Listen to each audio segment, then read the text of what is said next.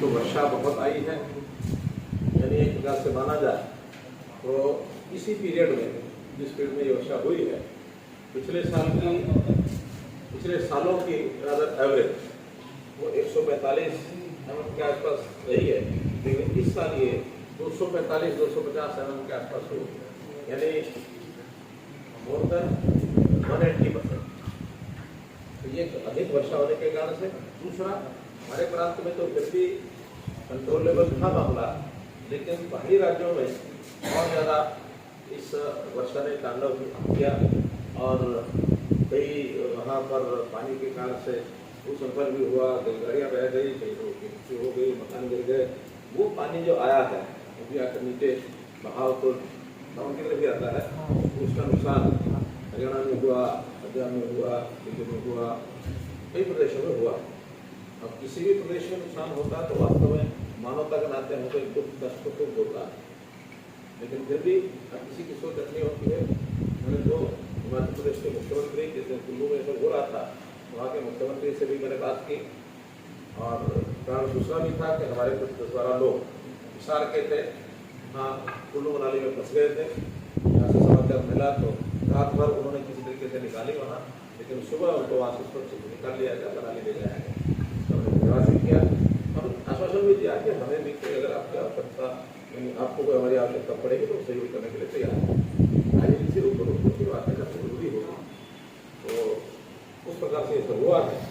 जितना नुकसान हुआ है क्रम से अम्बाला से शुरू हुआ, ये जहाँ तक यमुना का विषय है, अम्बाला के बाद अम्बाला नहीं, यमुनानगर, यमुना के बाद करनाल, करनाल से सोनीपत, दिल्ली, फरीदाबाद और पलवल। कल दोपहर से ये मान चलना चाहिए पलवल में सबसे बड़ी समस्या थी। आज इस समय तक ये अभी बात तो नहीं हुई है, लेकिन मेरा ऐसा मानना है कि पानी वहाँ रुकना शुरू हो गया होगा, क्योंकि कोई भी पानी जहाँ भी जाता 24 घंटे उसका तूफान रहता है और वो धीरे धीरे आगे बढ़ता है। तो इसलिए पलवल से निकल करके वो पानी पटवा की तरफ चला गया होगा।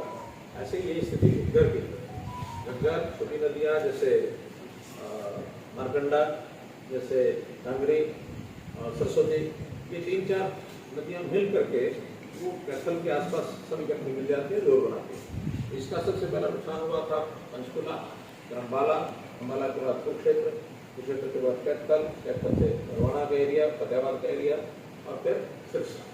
कल सिरसा में यानी रानिया, दतिया और सिरसा, इसमें पानी काफ़ी ज़्यादा उफान था। वही स्थिति जैसे मैंने परवल की बताई, आज इधर भी पानी निकलना शुरू हो गया होगा, डाउन होना शुरू हो गया होगा। तो इस सारे में काफ़ी नुकसान हुआ है, जाने भी गई हैं।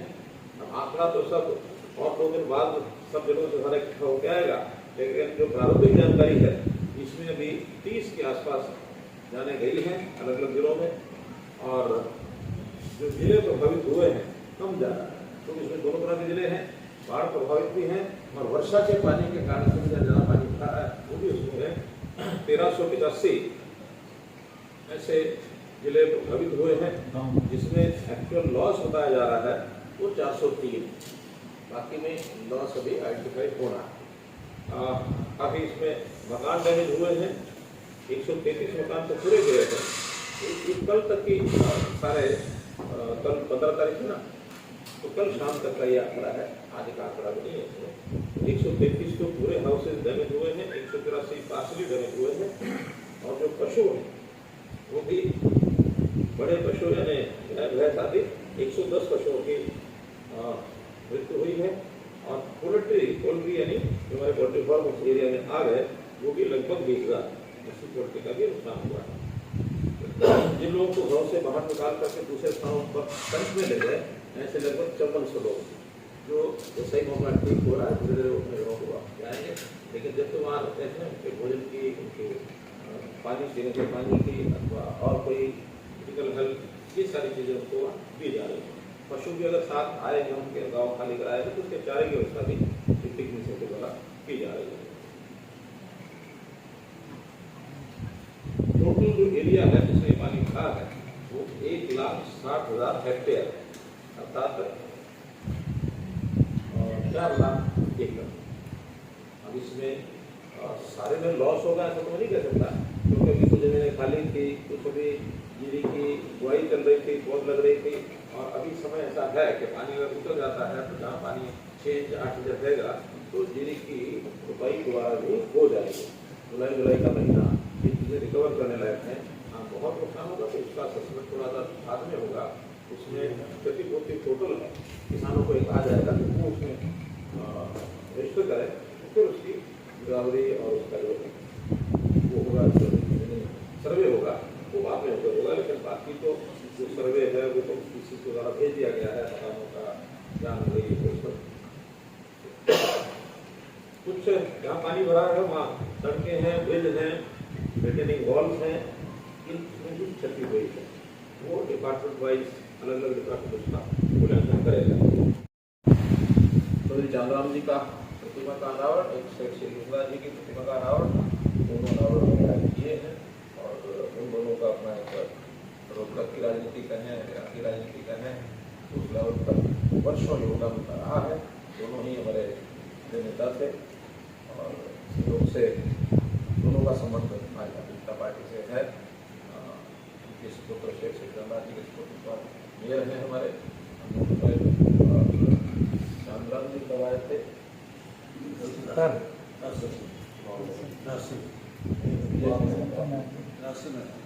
ना बीजेपी में कह रहे हैं, बीजेपी में शामिल हो जाए।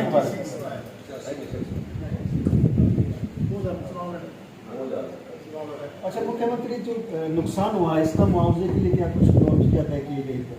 मैंने बताया कि अभी उसका सर्वे करके मूल्यांकन सारा कर रहे हैं, असेसमेंट हो रही है और संभवतः 19 तारीख को मैं इसकी सारी जानकारी लेकर के, तो 18 तक को बाहर उन्होंने कह दिया है हर एक जिले से पूरी जानकारी ले। क्योंकि अभी तक आज तक ये कहना चाहिए कि दोनों जिले हमारे सिरसा बल्कि फतेहाबाद सिरसा और इधर पलवल, ये तो आज भी कहीं ना कहीं उस बचाव कार्य में लगे हुए हैं। तो एडमिनिस्ट्रेशन का काम पहला कार्य होता है बचाव कार्य। बचाव कार्य के बाद फिर जो लोग डिस्प्लेस होते हैं उनकी सहायता, उसके बाद जो नुकसान हो गए हैं उसका मुआवजा। अच्छा मुख्यमंत्री, जैसा आपने कहा कि ये पानी जो है 3 महीने नहीं संभालता है, 9 महीने की आवश्यकता है। मुख्यमंत्री जी कलरक लंबे टाइम से अनिश्चितकालीन हड़ताल पर हैं, क्या उनसे कोई बातचीत का श्रेय बात चढ़ी है या कुछ उनको समय वगैरह दिया गया है? बातचीत का सिलसिला शुरू हुआ है उनसे और बातचीत में कलर ने ये रखा है कि ये समय बाढ़ का जैसे चल रहा है, आखिर लगातार काम कर रहे हैं और कोई आज का विषय है नहीं है, तो एक नॉर्मल सुबह की एक मांग है। कम से कम इस समय में उनको अपना ये बता करना चाहिए। तो उन्होंने ये कहा है कि जहाँ जहाँ बाढ़ से प्रभावित क्षेत्र है वहाँ हमारे लोग स्ट्राइक पर नहीं जाएंगे, लेकिन धरना देते तो कुछ लोग 100-200 लोग धरना देते हैं। अब उससे कोई आखिर 31,000 क्लर्क्स हैं तो नहीं है, तो उस नाते से इसके प्रभाव से बाहर निकलते ही जो बातचीत का रास्ता खुला है उसमें बातचीत कराएंगे। पानी के विषय में ये पूछना चाहता हूँ, 9 साल से सरकार है और शहर के जब अंदर पानी भरता है, जैसे रोहतक में भरता है, गाँव के शहर के अंदर भरता है, तो मौसम आने पर ना तो सफाई की जाती है। मेरे साथ रोहतक में है, वो कहते हैं कि मेरी चलती नहीं, अधिकारी मानते हैं। तो 9 साल से हो क्या रहा है? क्योंकि बारिश हर बार आती है, हर चीज़ 9 साल में पहला ये साल ऐसा है जिस समय वर्षा इतनी होने के बाद भी रोहतक की गलियों में पानी नहीं रुका। 9 साल में पहला साल ऐसा है, मतलब पहला नहीं, इससे पहले भी 2-3 साल से काम हो रहा है। करनाल में यहाँ 2.5 फुट पानी है, 13 में 14 में मैंने खुद देखा हुआ कोई पानी पर मूल कैनाल की पूरी साफ कर दी और जितना पानी का संरक्षण साफ हो गई। ये काम कोई एक दिन का सब शहरों का भी नहीं होता। जहाँ सीवरेज सेंटर की सीवरेज सिस्टम की इसको करवा रहे हैं, सफाई के लिए हमने 2 महीने पहले कह दिया था कि कोई सफाई करें, सफाई हो गई है। और तो मैनुअल सफाई की बजाय मशीनीकरण ज़्यादा काम आ रहा है, चाहे वो सीवरेज है चाहे मशीन सब रखी। हाँ, जहाँ भी अभी भी कमी है कुछ करेंगे, कुछ सारी चीज़ें एकदम ठीक हो गई होंगी या हो जाएंगी ऐसा मेरा दावा नहीं है, लेकिन लगातार काम चलता है, काफ़ी काम किया है।